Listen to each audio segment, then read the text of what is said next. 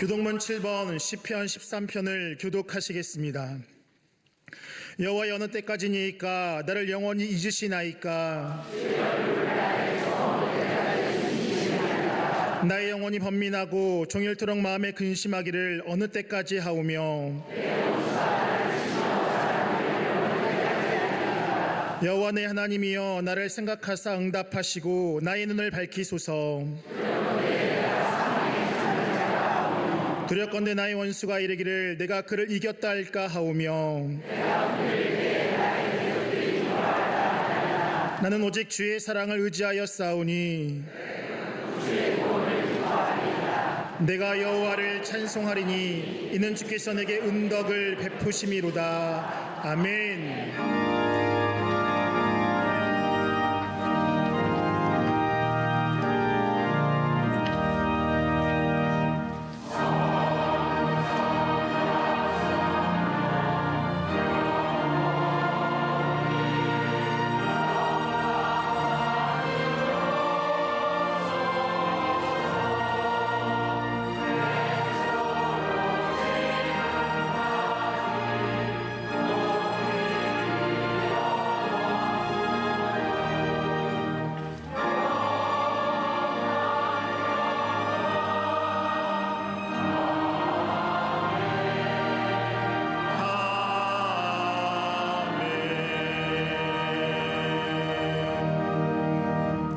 전능하사 천지를 만드신 하나님 아버지를 내가 믿사오며 그 외아들 우리 주 예수 그리스도를 믿사오니 이는 성령으로 잉태하사 동정녀 마리아에게 나시고 본디오 빌라도에게 고난을 받사 십자가에 못 박혀 죽으시고 장사한 지 사흘 만에 죽은 자 가운데서 다시 살아나시며 하늘에 오르사 전능하신 하나님 우편에 앉아 계시다가 저리로서 산자와 죽은 자를 심판하러 오시리라. 성령을 믿사오며 거룩한 공회와 성도가 서로 교통하는 것과 죄를 사해 주시는 것과 몸이 다시 사는 것과 영원히 사는 것을 믿사옵나이다. 아멘.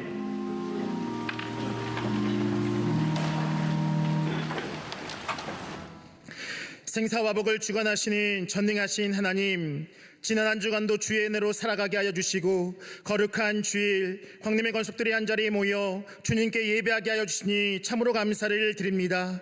모든 찬송과 경배를 주님께 올려드리오니 주님 홀로 영광받아 주시옵소서. 사순절을 보내며 나를 위해 죽으신 십자가의 사랑을 깊이 있게 경험하게 하여 주시고 그 사랑을 전하며 나아가는 우리 모두의 삶이 되어줄 수 있도록 인도하여 주시옵소서.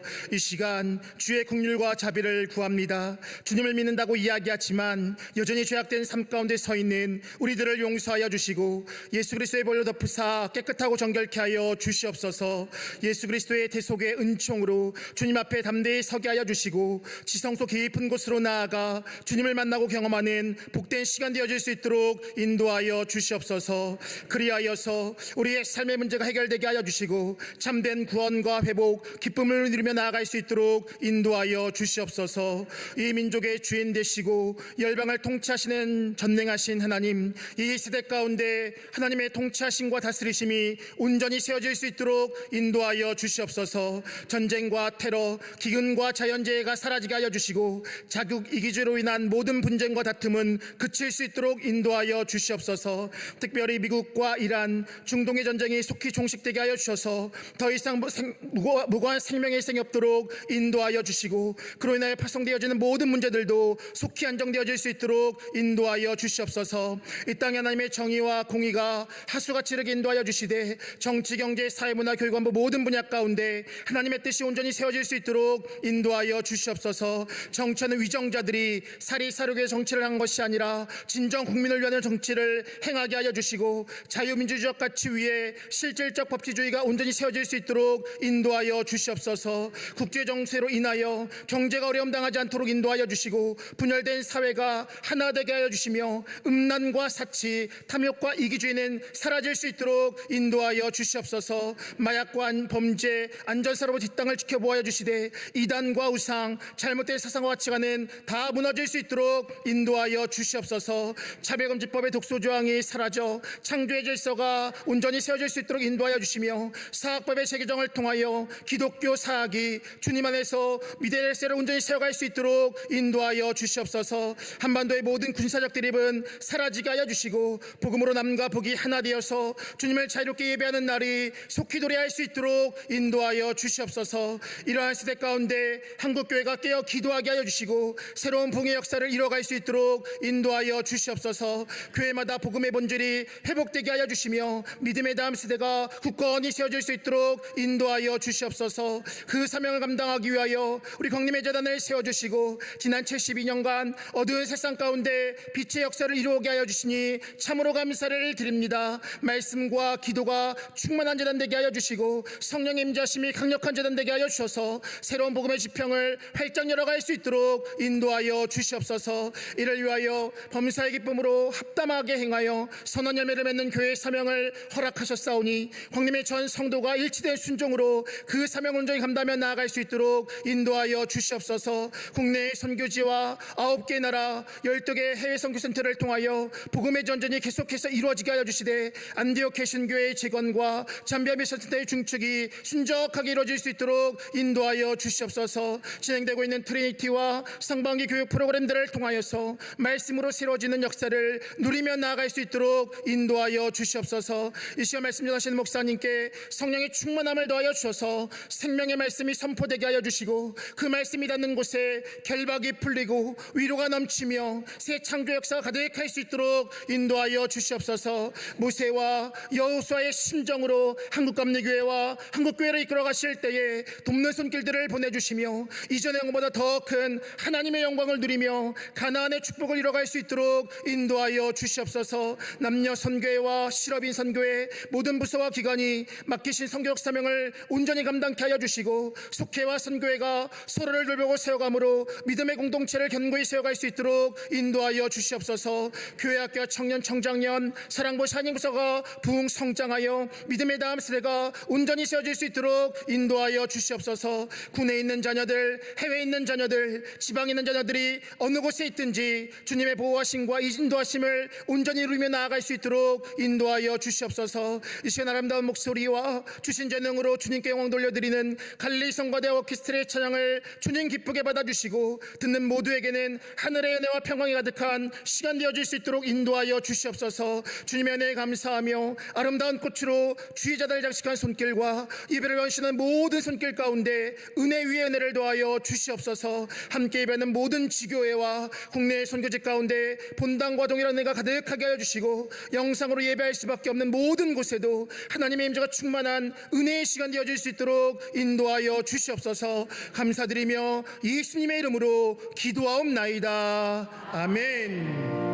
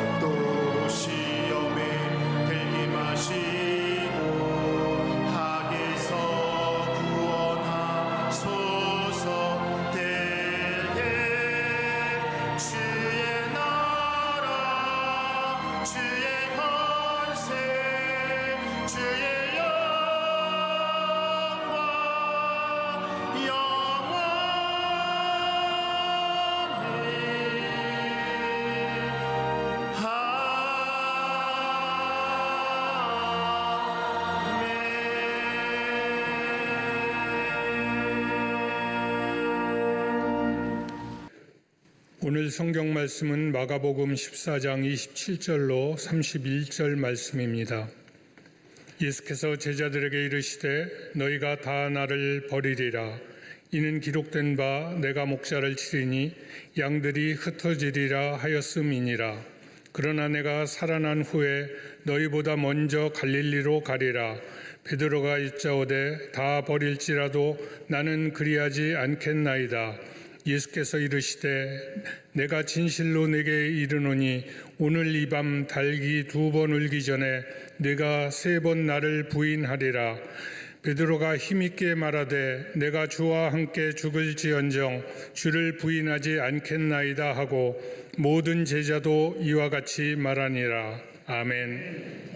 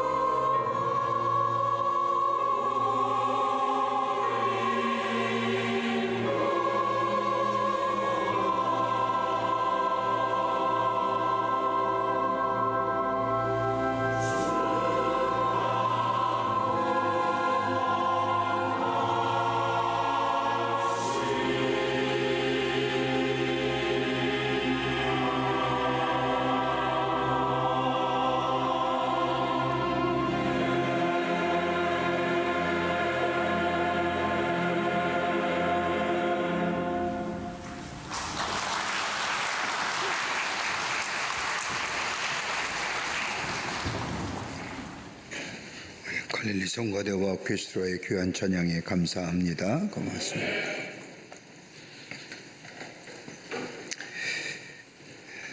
우리의 인생은 하나의 커다란 사건이 우리의 인생을 결정하는 것이 아니라 하나의 작은 사건들이 모여 우리의 인생을 결정짓는다고 해도 과언이 아닐 겁니다.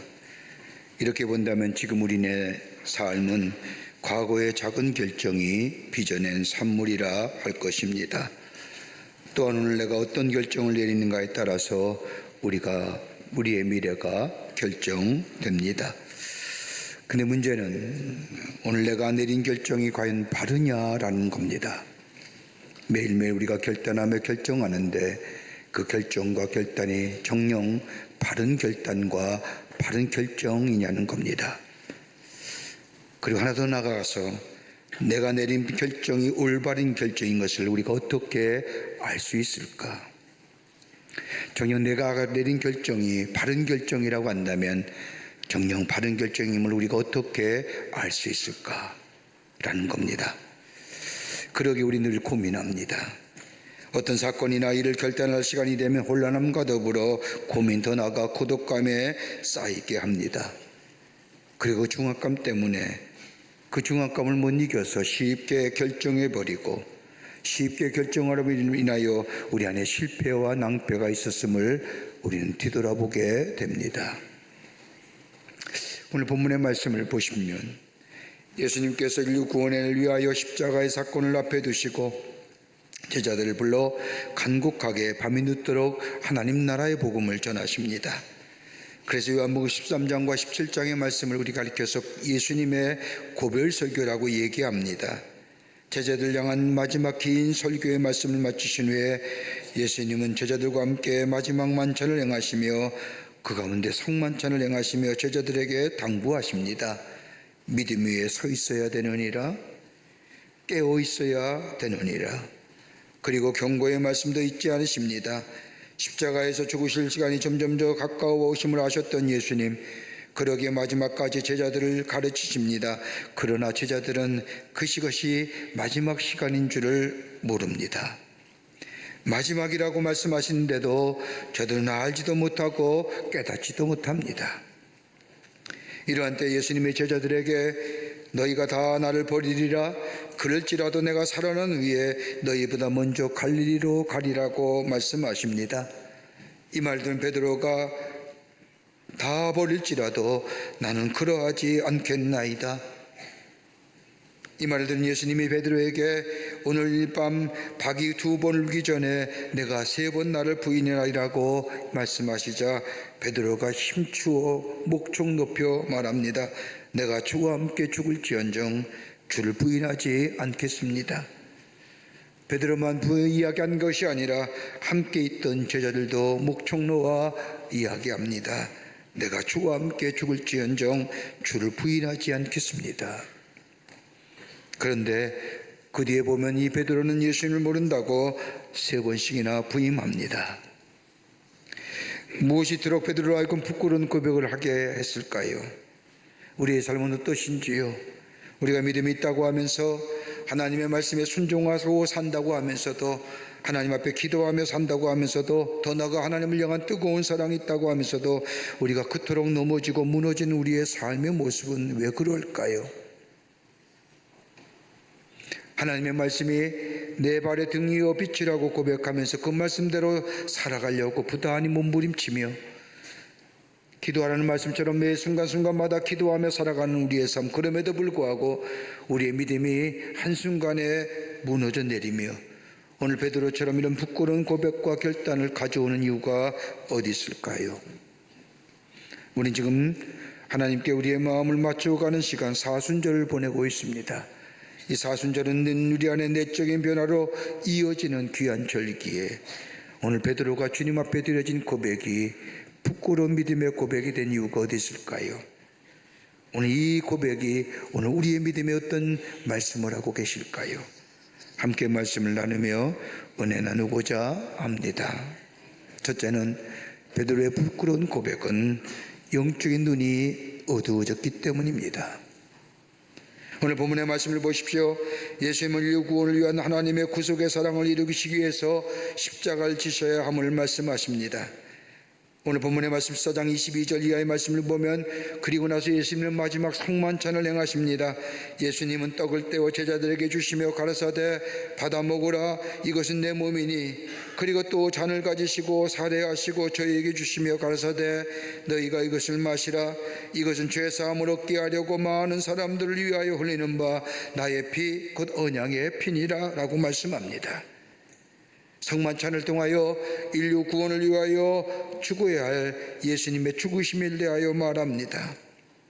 한번 생각해 보십시오. 마지막 만찬을 행하시며 빵과 포도주를 내어 떼시면서 이것은 내 몸이니라 이것은 내 언약의 피니라 라고 하면 이 정도 예수님이 말씀하셨다고 한다면 적어도 3년 동안이나 예수님과 함께 했던 제자들이라고 하면 이 정도의 말씀은 알아들어야 할 터인데 그렇지가 못합니다. 예수님은 공생기간에 제자들과 함께 다니시면서 내가 죽어야 되느니라 하나님의 미랄이 되어야 되느니라 인류 향한 하나님의 사랑을 말씀하셨고 인류를 죄에서 구원하기 위하여 내가 대속의 제물이 되어야 된다는 사실을 말씀했음에도 불구하고 오늘 베드로의 말씀을 보십시오. 뭐라고 말씀합니까? 가시면 안 됩니다. 더 나아가 다른 사람이 다 떠날지라도 저만은 떠나지 않겠습니다. 다른 말로 말하면 안 됩니다. 죽으시면 안 됩니다. 절대로 안 됩니다. 라고 말합니다. 3년 동안이나 예수님을 따라다니며 배우고 이끌고 경험하고 그리고 그 유명한 신앙의 고백인 주는 그리스도시요 살아계신 하나님의 아들이라고 고백했던 그 모든 것이 다 어디에 있었단 말입니까? 다름이 아니라 무지했기 때문입니다. 지혜가 부족하기에 한 예수님이 하시는 말씀이 무슨 말씀인지 알지 못합니다. 무지하고 지혜가 없으니 영적인 눈이 감겨졌습니다. 어두워졌습니다. 영적인 눈이 어두워지고 영적인 눈이 감겼으니 예수님의 말씀이 무슨 말씀인지 뭐라 하시는지 이해가 되질 않습니다. 알지 못하기에 무지하기에 만용을 버립니다. 여러분 무지와 만용은 다른 사람을 괴롭게 하고 더 나아가 나도 망하게 하고 다른 사람도 망하게 합니다. 그렇게 예수님을 떠나다녔건만 다가올 하나님의 나라와 더불어 하나님의 계시적인 사건인 십자가의 죽으심과 더불어 하나님의 사랑, 대속적인 사랑과 그 놀라운 은총을 말하였건만 예수의 죽으심은 단순히 인간 예수의 죽음이 아니라 인류를 구원하기 위한 하나님의 구속적인 사건임에도 불구하고 하나님의 사랑이 예수 그리스도의 십자가의 죽음에 나타나셨음을 그렇게 제자들에게 말하였건만 수제자라고 하는 베드로가 안 됩니다. 그것만은 절대로 안 됩니다. 예수님이 뭘 말씀하시는지 알지도 못하고 깨닫지 못하는 이 베드로의 모습, 다름이 아니라 영적인 눈이 인간의 욕심과 욕망으로 가리켜졌기에 하나님의 뜻, 하나님의 예수님이 땅 오신 사명을 알지 못합니다. 예수님께서 인류 구원을 위하여 십자가에 죽으셔야만 하는데 베드로의 마음에는 아직도 인간적인 욕망이 남아 있습니다. 마태복음에는 19장 27절의 말씀을 보면 예수님의 십자가 앞에 놓으시고 죽어야 한다는 이야기 들을 때에 이 베드로가 묻지 않습니까? 우리가 모든 것을 다 버리고 주를 따라 싸우는데 우리가 무엇을 얻으리까? 주는 그리스도시요 살아계신 하나님의 아들입니다. 주의 말씀이 나의 빛입니다. 주의 놀라운 이적과 기적을 구하면서 저에게 기도를 가르쳐달라고 했던 그 베드로와 그 밖의 제자들, 막상 예수님이 십자가에 지신다고 하니 우리가 집을 떠나고 가정도 포기하고 직업도 포기하고 다 버리고 예수님을 따랐는데 정녕 우리가 얻을 것이 무엇입니까? 라고 묻는 이 베드로의 어리석은 질문들,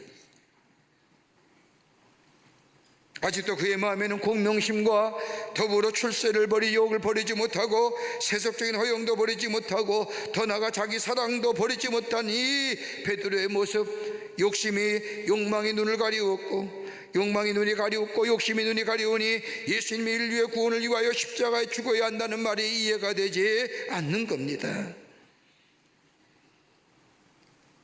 욕심과 욕망이 하나님의 자리를 앞섰습니다.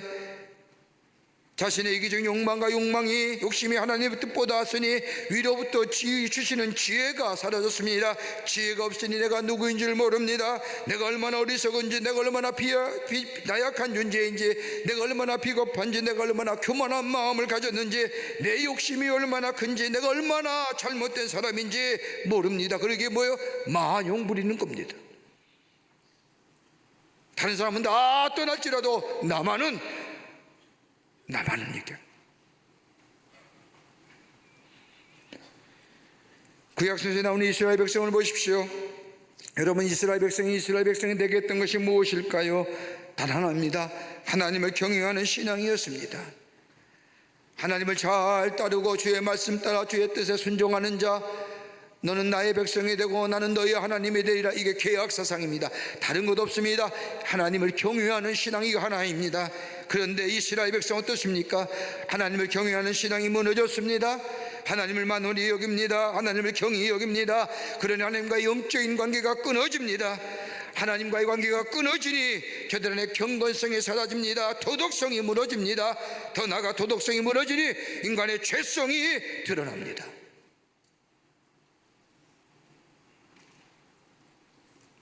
여러분, 유럽이 왜 기독교가 쇠퇴했는가라는 아티클 가운데 이런 글이 나옵니다. 여러분, 유럽이 교칙에는 기독교에 큰 영향을 받았지요. 지금도 대다수의 사람들의 당신의 종교는 무엇입니까? 다 기독교인이라고 얘기합니다. 절기일 때마다 나라의 큰 축제일과 나라의 기념일마다 저 우투순 대성당에 모여 정치지도자들과 더불어 성당에서 세레모니를 엽니다. 여러분, 처음부터 그런 게 아니었습니다. 유럽의 초창기의 기독교는 믿음으로 세워진 귀한 신앙의 모습들이었습니다. 그런데 이것이 차츰 뭐가 돼요? 문화가 됩니다. 문화가 되보니 뭐예요? 예술이나 음악이나 모든 것이 다 기독교의 영향을 받은 것들이 나옵니다. 문화가 일반화되어 봅니다. 이것이 신앙의 지남으로서 뭐예요? 문명화됩니다. 초창기에는 하나님의 뜻이, 하나님을 경외하는 신앙이, 하나님이 나의 하나님이라고 하는 믿음의 고백을 드렸던 그 유럽의 국가들이 저 시간이 지나면서 그 믿음이 쇠약해지고 믿음이 문화화되고, 그러면서 우리는 나 예수 믿는 사람이야, 우리나라는 기독교야, 나는 기독교인이라 라고 얘기했던 그들이 이 시간이 지나면서 문명화되게 될 때에 아무런 역사가 일어나지 않는 겁니다. 하나님의 뜻보다는 내 욕망이, 내 욕심이, 내 바람이, 얼마나 무서운 일일까요? 그러기에 주변의 이웃이나 주변의 것들이 기독교를 무너뜨리는 것이 아니라 예수 믿는 사람들이, 나 자신들이 내 자신의 이기적과 욕망과 욕심을 인해서 기독교를 무너뜨렸다고요.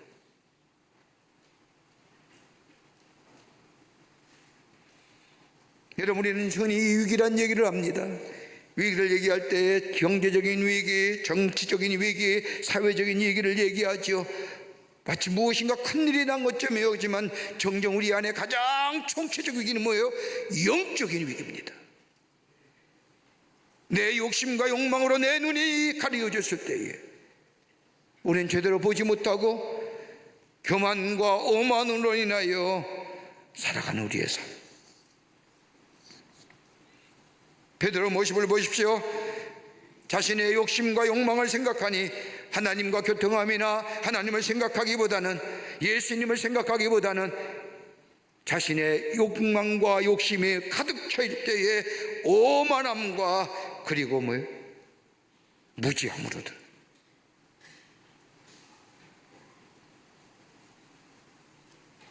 하나님과의 깊은 영적 교통함이 있을 때에 거기에 새로운 역사가 일어납니다. 그러나 베드로, 하나님의 깊은 역정한 교통이 사라지고 하나님의 뜻이 사라지게 될 때에 그는 자신의 욕망이, 자신의 정력이, 자신의 소원이, 예수님이 저 로마의 제국을 뒤집으면 나는 예수님의 우편에 앉게 될 것이라고 하는 이것 때문에 제자들과 싸웠던 베드로의 모습들, 그러기에 지혜가 사라지니, 하나님과 교통함이 사라지니 예수님이 십자가를 지신다는 것을 이해하지 못한, 지혜가 부족한 거죠. 여러분, 왜 우리가 실패하죠? 왜 우리의 삶이 이렇게 연약해진 이유가 어디 있을까요? 내 안에 있는 욕심이, 내 안에 욕망이 우리를 나약하게 하는 건 아닐까요?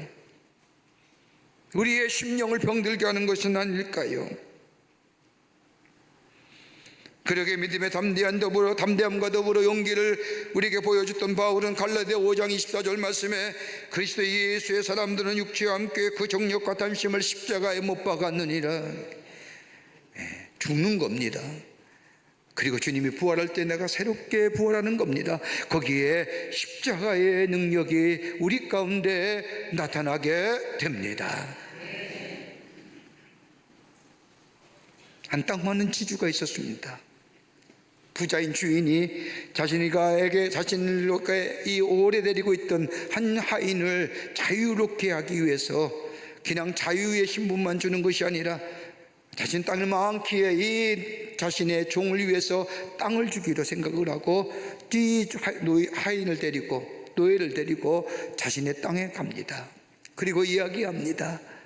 너 아침에 해 뜰 때부터 해 질 때까지 네가 긋는 땅은 다 내게 줄 것이다 라고 이야기합니다. 여기까지는 여러분도 다 아시죠? 그런데 해가 뜨고 나서 정오가 돼도 이 하인은 움직이지 않는 겁니다. 정오가 넘어서도 해질녘이 됐는데도 이 하인은 꿈쩍하지 않는 겁니다. 하도 주인이 이상해서 이것 봐라, 땅을 갖기 싫어하나 보다. 해가 딱 떨어지는 순간 주인을 앞에 놓고 주인을 중심으로 크게 원한을 그립니다. 해가 딱 떨어진 후에 주인에게 말합니다. 주인님, 원 밖의 땅을 나에게 주십시오. 원한의 땅은 주인 겁니다. 우리의 지혜는 어디서 오나요? 우리의 담대한 몸의 용기는 어디서부터 시작될까요? 다름이 아니라 하나님을 경외하는 믿음이 우리 안에 있을 때 우리 안에 지혜가 있으며 그 지혜로 우리에게 겸손함과 겸비함과 더불어 담대함의 역사가 우리 가운데 있어지게 됩니다.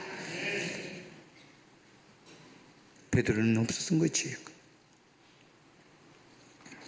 두 번째는 베드로는 기도 없이 부끄러운 고백을 했습니다.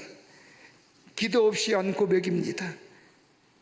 기도 많이 하고 하나님과의 관계에서, 하나님과 나와의 관계에서 그렇게 결심하고 해야 하는 것인데, 또 기도해야만 이 결심을 지켜나갈 수 있는 건데 영적인 눈이 어두워졌습니다. 하나님과의 교통함이 사라졌습니다. 그러니 예수의 말씀이 무슨 말씀인지 알 수도 없고 깨달을 수도 없으니 그저 만용과 오만함에 결단해버린 겁니다.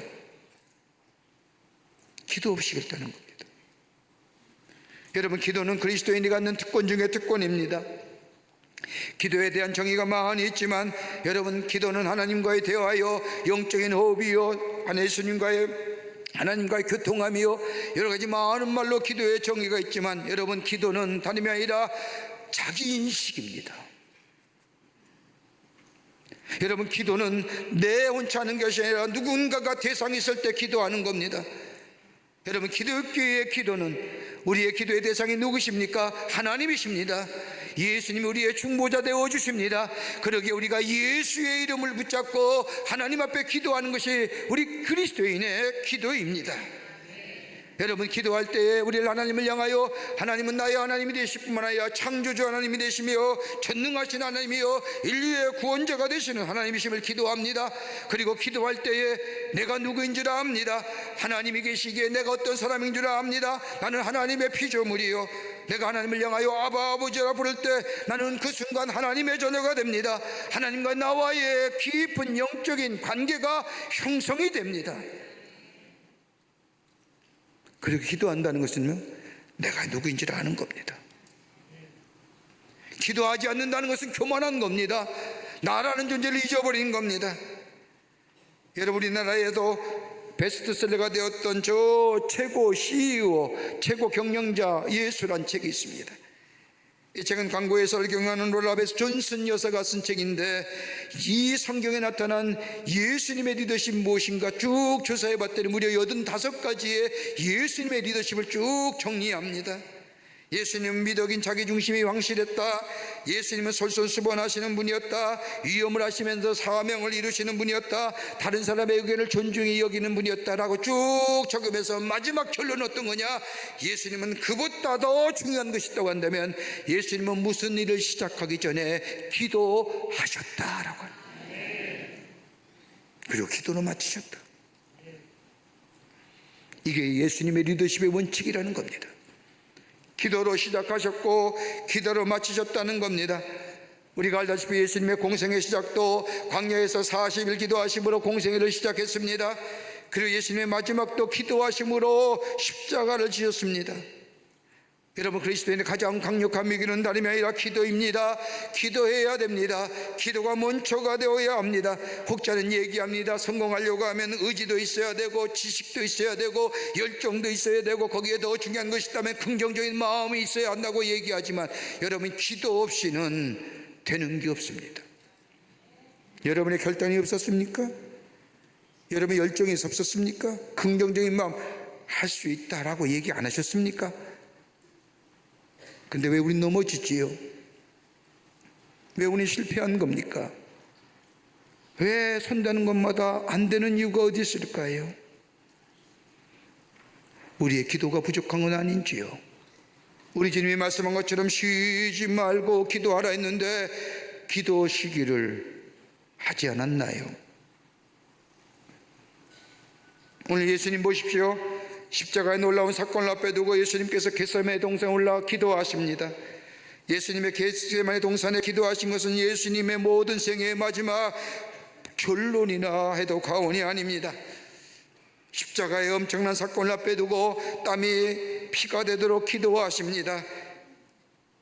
예수님의 문제 해결은 다른 곳에서 찾은 것이 아니라 하나님 앞에 자신의 문제를 철저하게 내어놓으시고 기도하시는 것이었습니다. 예수님의 기도의 내용이 뭘까요? 나로 하여금 이 십자가를 제하여 주십시오. 나로 하여금 십자가를 지지 말게 하여, 이거 아닙니다. 이미 예수님은 십자가를 져야 한다는 사실을 기정사실로 받아들였습니다. 그럼에도 불구하고 마태복음 26장 38절의 말씀을 보면 내 마음이 매우 고민하여 죽게 되었습니다. 내 마음이 고민스럽다는 겁니다. 고민하여 죽게 되었다는 겁니다. 무슨 말씀일까요? 한 가지 분명한 사실은 죽을 것에 대한 걱정과 고민이 아닙니다. 33살의 짧은 나이에 세상을 마치신 것에 대한 미련과 회한이나 이 차원의 고민이 아닙니다. 예수님은 인류의 구원을 위하여 속죄제물 되시기로 이미 결심하셨습니다. 속죄제물이 되어야 한다는 사실을 이미 제자들에게 수없이 말씀하셨습니다. 그리고 돌아가시기 전에 마지막 만찬을 베푸시며 이것은 너희를 위한 내 피니라, 내가 너희를 위하여 몸을 주노라 말씀하십니다. 이미 결정된 겁니다. 변함이 없습니다. 그런데 고민이 무슨 고민일까요? 내 마음이 심히 고민스럽다는 것이 뭘까요? 다름이 아니라 하나님의 뜻과 내 뜻과의 대립입니다.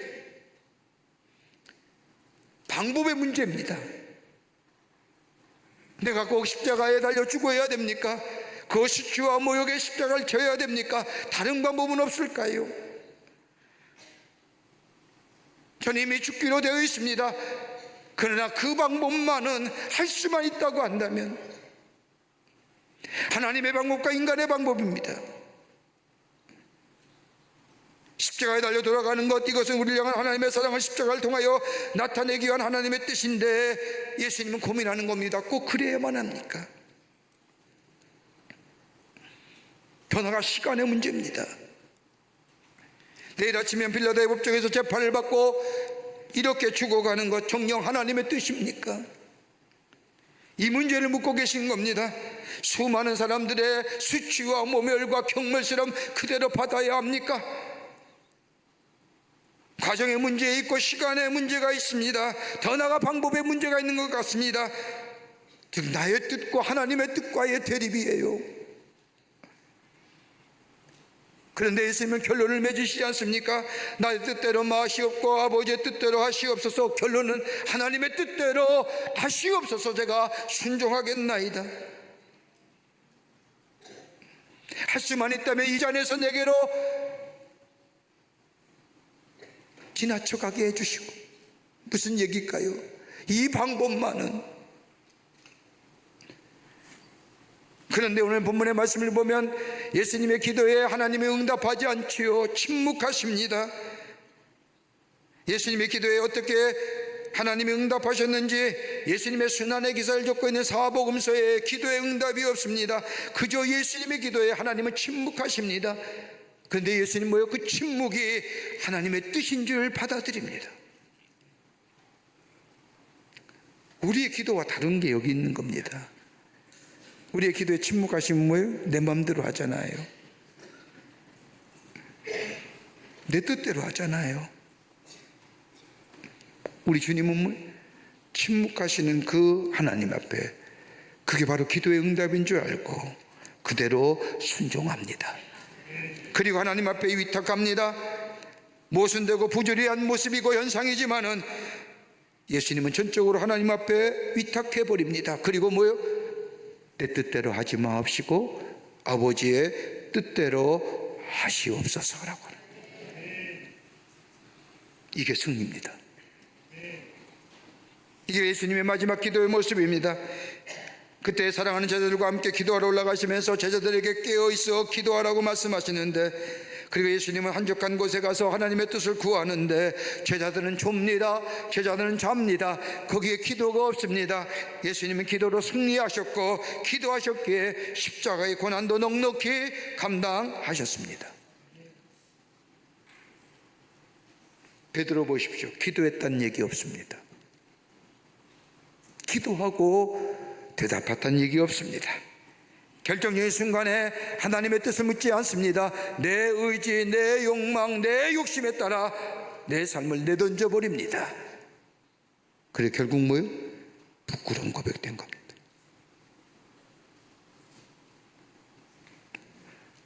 우리의 삶이 넘어진 이유가 어디 있을까요? 말씀하시옵소서. 내가 말씀대로 살겠습니다. 말씀에 순종하고자 결단합니다. 기도하고 살고자 결단합니다. 그럼에도 불구하고 우리가 쉽게 넘어지는 것은 뭐예요? 기도하지 않았고 내 욕심과 정욕에 하나님의 뜻을 뒤로 하는 거예요. 끝으로 베드로의 부끄러운 고백은 헌신이 결여되어 있었습니다. 적어도 예수를 따른다고 한다면 비상한 각오가 있어야 됩니다. 예수님을 사랑한다면 사랑하는 자를 위한 비상한 것이 우리 안에 희생이란 것으로 통하여 나타나줘야 됩니다. 희생 없이 헌신 없이 욕망만 생각합니다. 오늘 베드로 보십시오. 욕망과 욕심이 가득 차 있습니다. 그런데 그 욕심 버리지 못하는 겁니다. 세상을 사랑하는 마음 버리지 못합니다. 깊이 뿌리 박고 있는 정욕 버리지 못한 겁니다. 나의 생명조차도 주님 앞에 깨끗이 맡기고 내 십자가를 내가지고 주님을 따를 수 있어야 되는데 이것이 정령 제자의 삶인데 베드로는 그렇지 못했습니다. 예배서 4장 22절에 나오는 것처럼 너희는 유혹을 욕심을 따라서 거저가는 구습을 쫓는 옛사람을 벗어버리고 오직 심령으로 새롭게 되라는 말씀이 있음에도 불구하고 아직 베드로의 마음속에는 욕심이 욕망이 그대로 남아 있습니다. 예수님과 함께 다닐 때 마태복음 10장 39절의 말씀처럼 자기 목숨을 얻는 자는 잃을 것이요 나를 위하여 목숨을 잃는 자는 얻으리라고 말씀하셨는데 역시 자신 목숨에 대하여 사랑이 남아 있습니다. 마태복음 16장 24절의 말씀처럼 누구든지 나를 따라오거든 자기를 부인하고 자기 십자가를 지고 나를 쫓거나고 우리 주님이 말씀하셨는데 자기 부정 자기 부인 아닙니다. 아직도 나의 사랑에 대한 미련이 있습니다. 자기의 욕심과 욕망에 자기 사랑이 남아있는 베드로, 그러기에 나를 버려야 되는데 버리지 못하고 있는 그대로 욕망 그대로 욕심 그대로 다른 사람은 다 떠날지라도 나는 주님 안 떠납니다. 사라질 것이 사라지지 않는 그 고백 속에 그는 부끄러움 당한, 바울이 고백한 것처럼 나에 대한 것은 하나님의 은혜요 십자가의 은혜라고 고백하는 거기에 주님의 제자된 삶을 살아갈 수 있는데 베드로는 그렇지 못한 겁니다. 우리는 찬송하지 않습니까? 내 주여 뜻대로 하시옵소서. 찬송 잘 부릅니다. 기쁜 마음으로 부릅니다. 결단합니다. 그런데 살든지 죽든지 뜻대로 없어서라고 하는 대목이 오면 주저하지요. 내가 예수 믿는 거 살기 위해서 믿는 거지 죽기 위해서 믿느냐. 여러분, 죽을 때에 새로 살아남의 역사가 있는 겁니다. 이게 신앙의 역설적인 겁니다.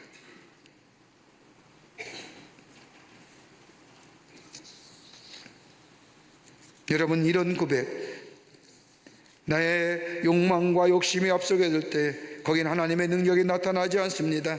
하나님의 역사를 경험하지 못합니다. 더 나아가 부활의 역사를 경험하지 못합니다. 예수님의 십자가의 죽음도 모르고 부활의 능력도 경험할 수 없는 삶으로 살아가게 됩니다. 여러분, 마가복음 15장 21절의 말씀을 보십시오. 예수님이 십자가형을 받으시고 십자가를 메고 골고다 언덕으로 향하여 가십니다. 너무나 고초를 당하신 우리 예수님, 십자가의 무게를 감당하지 못하고 몇 번씩이나 가다가 쓰러지십니다. 그때 길가의 이 광경을 구경했던 구레네 사람 시몬이란 사람이 로마 병정에 의하여 택함을 받아 예수님 대신 십자가 집니다. 여러분, 얼마나 경멸스럽겠어요. 얼마나 모멸스러우시겠어요. 예수를 모르는 이 구레네 사람 시몬, 로마의 힘과 권력에 십자가를 지라 하니 마지 못해 집니다. 그리고 예수님이 십자가 처형을 당하실 골고다까지 대신 집니다. 여러분, 그 길이 기쁘고 좋은 길일까요? 모멸과 수치와 경멸의 길 겁니다. 예수님 대신 십자가는 저긴 졌지만 그 걸음이 기쁜 걸음은 결코 아니었을 겁니다. 그런데 여러분 보십시오. 억지로 진 십자가입니다. 원치 않는 십자가, 진진 십자가입니다. 근데 로마서 16장의 말씀을 보면 바울의 2차 선교여정 때 바울의 선교를 도왔던 사람이 누구요? 바로 구레네 사람 시몬의 아들 루포 바울이었습니다. 상상해 보지 않을까요? 성경에는 자세한 기록이 없습니다. 아마 예수님이 대신 십자가를 지시고 예수님이 골고다 언덕에서 돌아가신 모습을 보니 구레네 사람 시몬 어떻게 생각했을까요? 우리가 상상으로 한번 생각해 본다고 한다면 그 모습을 보고 저 로마의 백부장이 예수님을 바라보며 저분이야말로 하나님의 아들이라고 고백했던 그 얘기도 들을 것이고, 예수님의 마지막 산상에 십자가에서 가신 7가지의 7번호를 들었을 것이고, 그 말씀을 들을 때 저분이야말로 하나님의 아들이요 메시아요, 저 구약 성서에서 예언하신 하나님의 아들이 이 땅에 오신 그리스도시요 메시아임을 이 구레네 사람 시몬 안 믿었을까요? 그리고 돌아와서 그 신앙을 가졌을 겁니다. 그러기에 아들이 그 바울의 선교를 도왔던 하나님의 사람이 되고,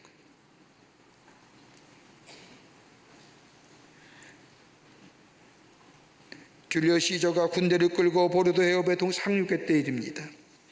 군대가 육지에 상륙하자 시저는 타고 온 군함을 다 모아놓고 불태워버립니다.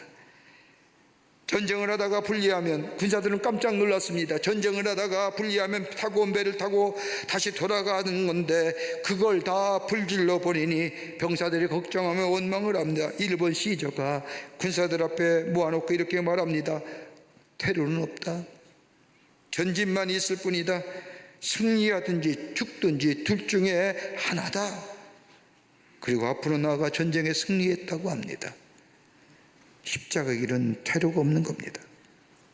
십자가를 졌으면 나가야 하는 겁니다. 그럴 때 십자가의 놀라운 능력이 우리를 새롭게 합니다. 베드로는 그 십자가를 향한 헌신이 부족한 겁니다. 죽을지언정 주님을 버리지 않겠다고 고백은 했지만 그의 고백은 헌신이 결여된 고백입니다. 그때 주님 뭐라고요? 너 나 3번 부인할 거야. 옛날 로마의 기독교에서는 기독교가 핍박받을 때 로마 정부가 이런 인사법을 법으로 제정하여 공포하여 행하겠다고 합니다. 사람을 만나면 가이사는 우리의 주인이십니다라고 인사하는 겁니다. 가이사는 우리의 주인이십니다라고 인사하면 인사를 받는 사람은 그렇습니다, 가이사는 우리의 주인이십니다라고 대답하게 법으로 공포하고 제정했습니다. 그런데 가이사는 우리의 주인입니다라고 하는 인사에 아닙니다, 우리의 주인은 가이사가 아니라 예수님입니다라고 대답한 사람은 누구요? 그리스도인이었습니다. 그런 사람 뭐요? 다 잡아갔습니다. 그리고 끊는 기름 가마 속에 넣어 죽게 했고 사자의 밥이 되게 했습니다. 그때는 고난이고 그때는 아픔이고 그 십자가의 힘듦이지만 나중에 그게 승리요 영광이 길었던 것을 보게 됩니다. 우리는 부끄러운 고백은 하지 말아야 할 것입니다. 하나님의 뜻이 우리보다 먼저 앞서서는 아니 됩니다. 하나님의 뜻대로 기도하며 십자가를 지는 이 헌신이 대가 있는 고백이 우리 안에 있게 될 때에 이것이 우리의 능력이 되고 우리의 승리가 되고 우리의 축복이 되는 줄 믿습니다. 이런 믿음의 고백을 이루어 나가시는 여러분과 저와 되시기를 주님의 이름으로 축원합니다.